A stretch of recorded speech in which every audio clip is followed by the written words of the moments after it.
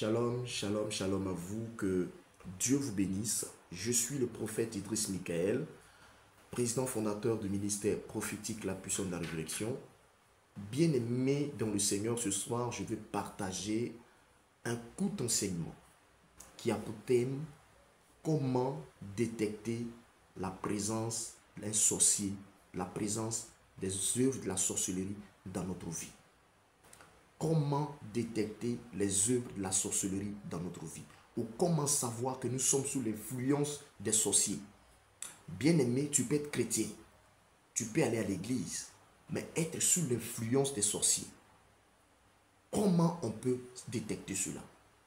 Le premier point que je vais citer, je vais parler de la peur. La peur est un élément clé où les sorciers ou le diable utilise pour mettre les personnes sous son joug. Quand le Saint-Esprit est dans la maison ou les anges sont dans la maison d'une personne, c'est la joie, c'est la paix. Mais quand il y a un esprit ou un esprit venant des œuvres de la sorcellerie dans une maison ou dans la vie de cette personne, la personne est constamment dans la peur. Partout où tu vas, tu as peur. Même quelqu'un crie, tu es effrayé.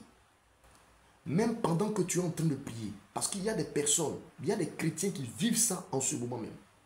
Pendant qu'ils sont en train de prier dans leur maison, ils fléchissent les genoux, ils sont en train de prier le nom de Jésus dans leur maison.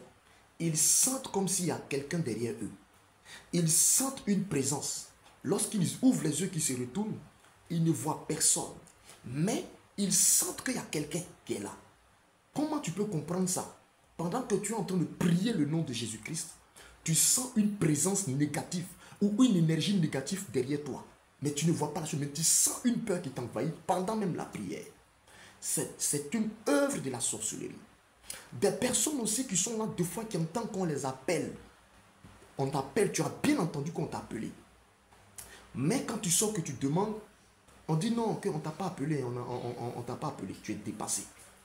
Même il y a des personnes qui n'arrivent pas à rester dans la maison seules. Surtout quand on coupe l'électricité, où tout est noir. Ils sentent une présence. Ils sentent la peur.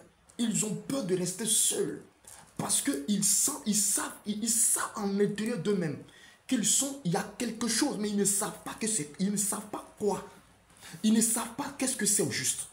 Je viens te dire que si tu ressens ces choses que je suis en train de dire là, c'est le premier signe pour te dire que les sorciers sont derrière toi, que tu es sous l'influence de la sorcellerie.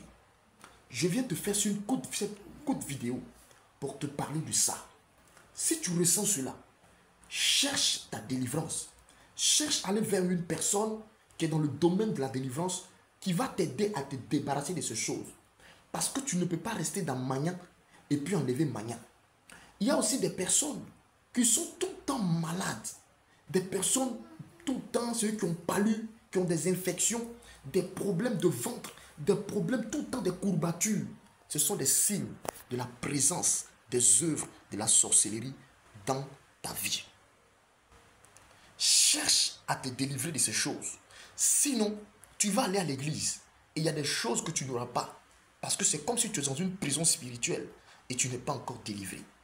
Que Dieu te bénisse. Shalom à vous.